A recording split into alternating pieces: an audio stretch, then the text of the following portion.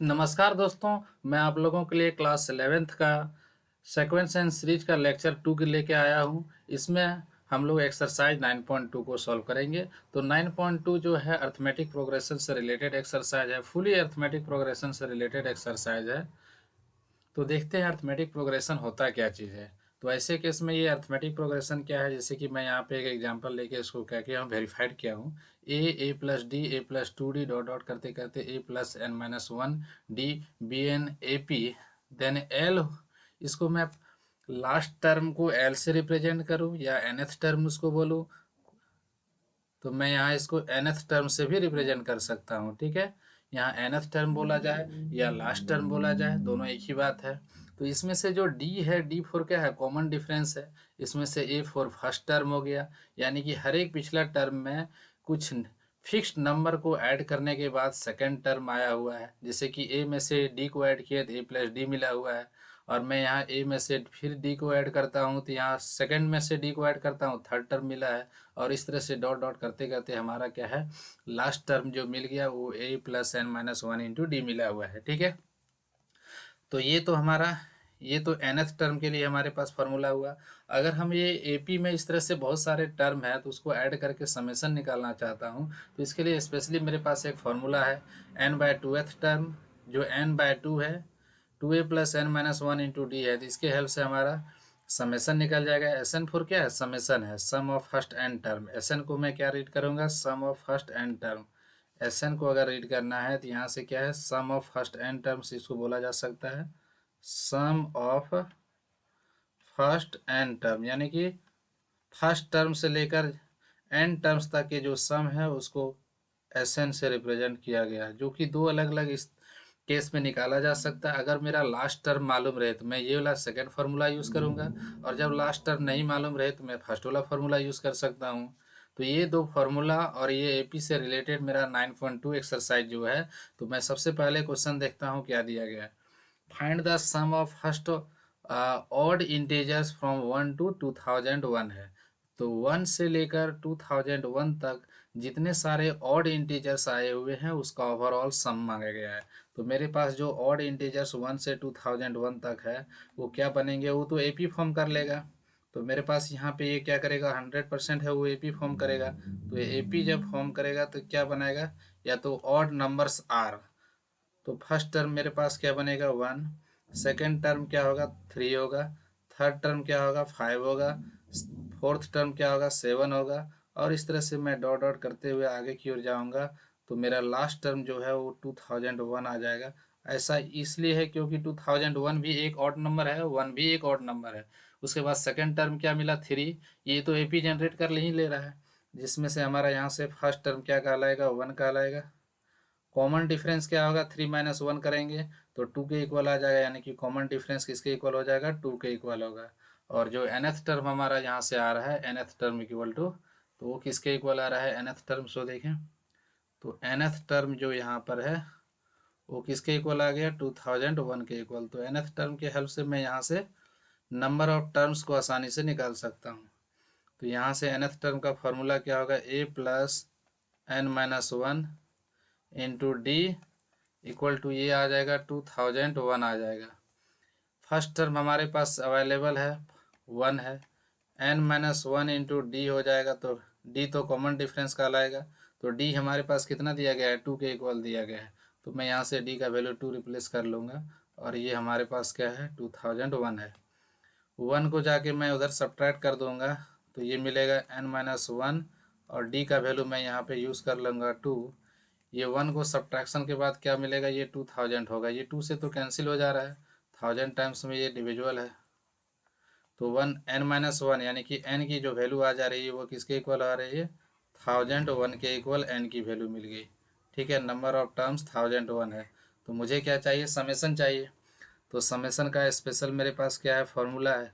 तो मैं ये लास्ट वाला फार्मूला यूज़ कर लूँगा, SN इक्वल टू, तो SN का फार्मूला यहाँ से क्या आ जाएगा, n/2, और यहाँ से क्या बनेगा, ये a प्लस लास्ट टर्म को हम l से रिप्रेजेंट करें या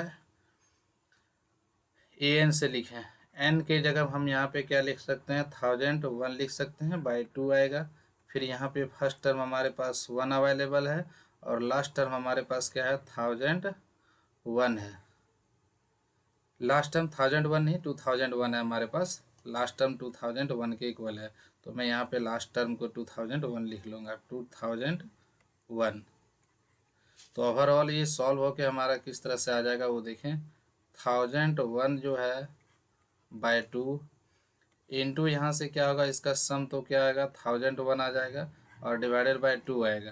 तो यहाँ से हमारे पास जो डेट, ये डिवाइडेड बाय 2 नहीं है, सॉरी, ये डिवाइडेड बाय 2 तो कहाँ से आएगा, ये 1002 हो जाएगा इसका सम। यहाँ पे हमारे पास जो समेसन इसका आ जाएगा वो 1002 के इक्वल आ जाएगा, 2002, यानी कि 2002 है। ये कैंसिल हो जाएगा, तो यहाँ से कैंसिल होने के बाद ये क्या होगा, ये भी 1001 आ जाएगा। इसका जो फाइनल आंसर हमें मिल जा रही है वो प्रोडक्ट ये दोनों का क्या मिल जा रहा है, फाइनल आंसर ये आ जा रहा है 100 आ जा रहा है, 1002001 के इक्वल आ जा रहा है। ये हमारा क्वेश्चन नंबर 1 कंप्लीट हुआ। देखते हैं क्वेश्चन नंबर 2 क्या दिया गया। क्वेश्चन नंबर 2 में क्या दिया है, find the sum of all natural numbers lying 100 and 1000, यानी बिटवीन है, ना तो हमें 100 को इंक्लूड करना है, ना ही क्या करना है 1000 को इंक्लूड करना है। इसके बीच में हमको जो भी 5 का मल्टीपल होगा वो सारे सम को लिखना है। तो मल्टीपल्स ऑफ 5,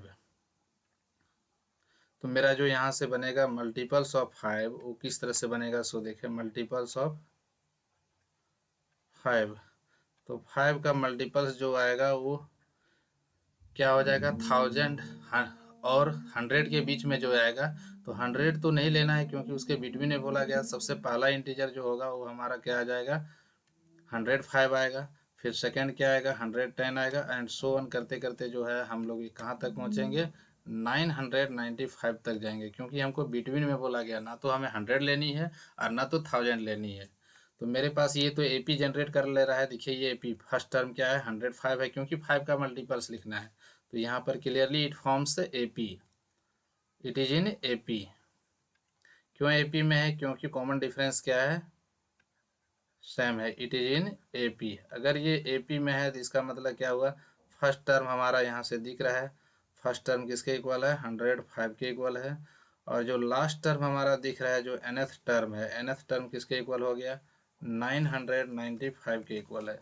तो मैं यहाँ से nth टर्म की हेल्प से नंबर ऑफ टर्म्स निकाल लूँगा, फिर जाके समेसन। तो nth टर्म का फॉर्मूला मेरे पास अवेलेबल है a + n-1 into D equal to 900 क्या हो जाएगा 95। तो यहाँ तो कॉमन डिफरेंस क्या चीज़ के इक्वल है, डी के है, जो कि किसके इक्वल है 5 के बराबर है। ओके, तो यहाँ ए की जगह मैं यहाँ रखूँगा क्या है 105। नंबर ऑफ टर्म्स तो मालूम नहीं है, तो हमें ढूंढना है, और डी की जगह हमारे पास अवेलेबल है 5, ये जिस किसके इक्वल हो गया 995 के इक्वल हो गया। ठीक है, तो यहाँ से हमारा जो डेटा बन रहा है वो 105 का 105 रह जाएगा। यहाँ से क्या होगा, ये 5n माइनस क्या हो रहा है 5 हो रहा है, और इक्वल टू क्या हुआ 995 है। तो ये यहाँ से क्या बचेगा, डिफरेंस तो 100 बच जाएगा इधर। तो यहाँ से मेरा क्या बनेगा, डिफरेंस जब 100 बचेगा तो यहाँ से ये क्या होगा 5n बचेगा, और इक्वल टू क्या है 995 आया। तो मैं अगर यहाँ से 5n को अगर इक्वेट करता हूँ, ये 5n है, 5n को इक्वेट करूँगा तो 100 जाके सब्ट्रैक्ट होगा तो ये कितना बचेगा 895 बचेगा। तो इस तरह से हमें यहाँ ना नंबर ऑफ टर्म्स की जो वैल्यू है n की वैल्यू मिल जाएगी। तो n की वैल्यू क्या आएगी, सो देखें n की वैल्यू हम लोग को मिलेगा 5 से जब डिवाइड करेंगे 895 को किससे डिवाइड करना है 5 से, क्योंकि यहाँ से ये 5 सब्ट्रैक्ट होगा 105 is the first term, between है तो 105 पहला टर्म होगा, 5 सब्ट्रैक्ट हुआ 100 हुआ, 100 जाके इधर मेरा क्या हो गया सब्ट्रैक्ट हो गया तो 895 मिल गया। ठीक है, 895 को हमें क्या डिवाइड करनी है 5 से। तो 5 से जब डिवाइड करूँगा तो ये क्या होगा 5 1 जा 5, 3 बचेगा 39, 5 7 जा 35, 4 5 9 जा, तो हमारे पास यहाँ से नंबर ऑफ टर्म्स जो मिल गया वो क्या आ गया 179 आ गया। ठीक है, क्योंकि हमें ना तो 1000 इंक्लूड करना था, ना तो क्या करना था हमें यहाँ से 100 इंक्लूड करना। ये दोनों के टर्म के बीच में हमें नंबर ऑफ टर्म्स निकालनी थी। तो नंबर ऑफ टर्म्स यहाँ से हमारा क्या आ गया, ये 105 सब्ट्रैक्ट होने के बाद 179 आ गया। ठीक है। तो हमें समेसन चाहिए, तो समेसन का फॉर्मूला मेरे पास अवेलेबल है, मैं उसको यूज़ कर लूँगा। एस एन इक्वल टू क्या हो जाएगा, n/2 हो जाएगा। फिर यहाँ पे नंबर ऑफ फर्स्ट टर्म और लास्ट टर्म में यहाँ पे लिख लूँगा। तो लास्ट टर्म को nth टर्म से रिप्रेजेंट किए हैं। नंबर ऑफ टर्म्स हमारे पास क्या अवेलेबल है, 179 है। बाई यहाँ पे क्या होगा, 2 होगा।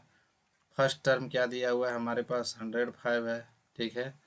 और लास्ट टर्म हमारे पास क्या है, 900 क्या है, 95 है, क्योंकि ये 1000 के बीच में लिखना था। ये तो यहाँ से क्या आएगा, 179 आएगा, बाय 2 आ जाएगा। और इधर हमारे पास क्या हो जाएगा, ये था 1000 यानी कि 1100 के इक्वल आ जाएगा। ये 2 से डिविजिबल है, तो यहाँ से क्या हो जाएगा, ये डिवाइड होके 5550 आ जाएगा। तो यहाँ से मेरा ये हमारा यहाँ से प्रोडक्ट जो आएगा 179 और 550 का जो प्रोडक्ट आएगा वो आ जाएगा 98450। इसका जो फाइनल प्रोडक्ट जो आ रहा है वो क्या जा रहा है, 98450। ये हमारा फाइनल आंसर हो जाएगा 98450। ओके, ये हमारा क्वेश्चन नंबर 2 कंप्लीट हुआ। मिलते हैं क्वेश्चन नंबर 3 के साथ नेक्स्ट क्लास में।